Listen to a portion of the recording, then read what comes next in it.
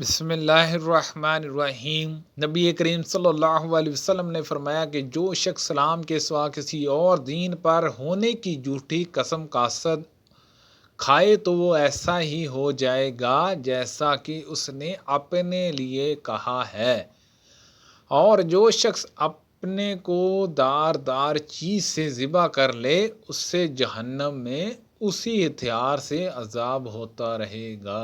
استغفر اللہ۔ اسی بصرے کی مسجد میں حدیث بیان کی تھی، نہ ہم اس حدیث کو بھولے ہیں اور نہ یہ ڈر ہے کہ جنادب رضی اللہ عنہ نے رسول اللہ صلی اللہ علیہ وسلم جھوٹ باندھا ہوگا۔ آپ نے فرمایا کہ ایک شخص کو زخم لگا، اس نے زخم کی تکلیف کی وجہ سے خود کو مار ڈالا، اس پر اللہ تعالیٰ نے فرمایا کہ میرے بندے نے جان نکالنے میں مجھ پر جلدی کی، اس کی سزا میں اس پر جنت حرام کرتا ہوں۔ استغفر اللہ۔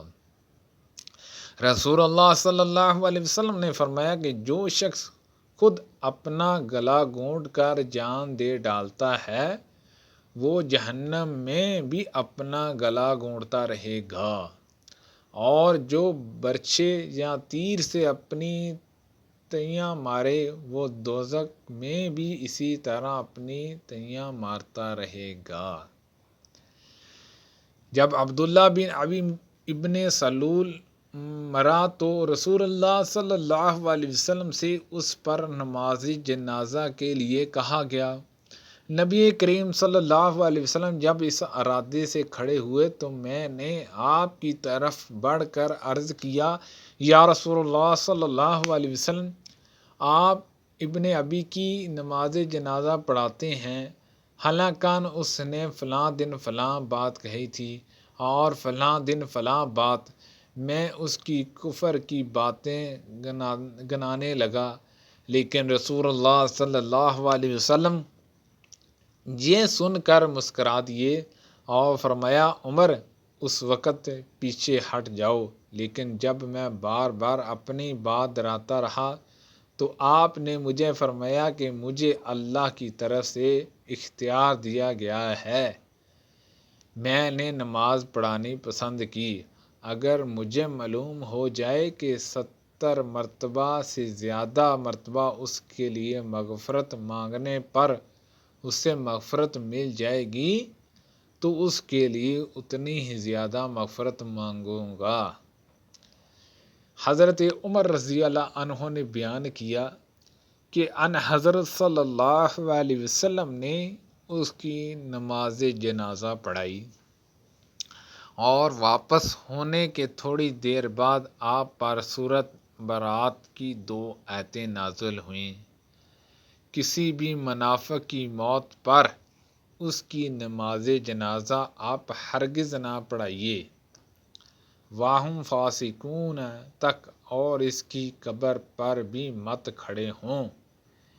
ان لوگوں نے اللہ اور اس کے رسول صلی اللہ علیہ وسلم کی باتوں کو نہیں مانا اور مرے بھی تو نافرمان ہو کر۔ حضرت عمر رضی اللہ عنہ نے بیان کیا کہ مجھے رسول اللہ صلی اللہ علیہ وسلم کے حضور اپنی اسی دن کی دلیری پر تعجب ہوتا ہے، حالانکہ اللہ تعالیٰ اور اس کے رسول صلی اللہ علیہ وسلم ہر مصلحت کو زیادہ جانتے ہیں۔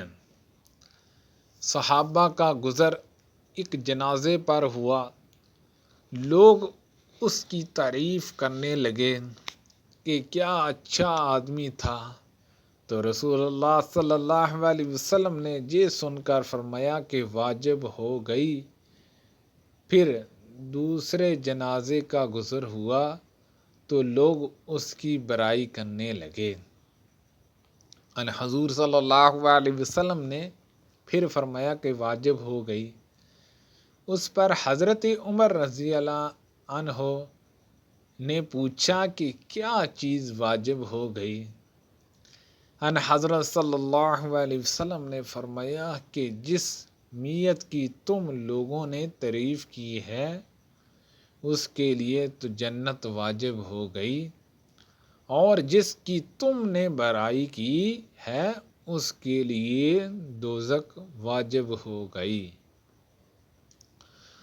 تم لوگ زمین میں اللہ تعالیٰ کے گواہ ہو، میں مدینہ حاضر ہوا، ان دنوں وہاں ایک بیماری پھیل رہی تھی۔ میں حضرت عمر بن خطاب رضی اللہ عنہ کی خدمت میں حاضر تھا کہ ایک جنازہ سامنے سے گزرا، لوگ اس میت کی تعریف کرنے لگے تو حضرت عمر رضی اللہ عنہ نے فرمایا کہ واجب ہو گئی۔ پھر ایک اور جنازہ گزرا اور لوگ اس کی تعریف کرنے لگے، اس مرتبہ بھی آپ ایسا ہی فرمایا کہ واجب ہو گئی۔ پھر تیسرا جنازہ نکلا، لوگ اس کی برائی کرنے لگے اور اس مرتبہ بھی آپ نے یہی فرمایا کہ واجب ہو گئی۔ ابو السعود دہلی نے بیان کیا کہ میں نے پوچھا کہ امیر المومنین کیا چیز واجب ہو گئی؟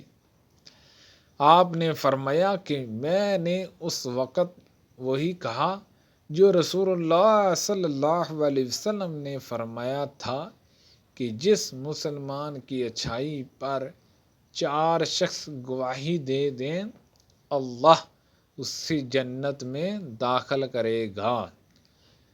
ہم نے کہا اور اگر 3 گواہی دے؟ آپ نے فرمایا کہ 3 پر بھی۔ پھر ہم نے پوچھا اگر 2 مسلمان گواہی دیں؟ آپ نے فرمایا کہ 2 پر بھی۔ پھر ہم نے یہ نہیں پوچھا کہ اگر 1 مسلمان گواہی دے تو کیا؟ سبحان اللہ عز و جل۔ اللہ پاک سے دعا ہے کہ اللہ پاک ہم سب کو ان حدیثوں پر عمل کرنے کی توفیق عطا فرمائے۔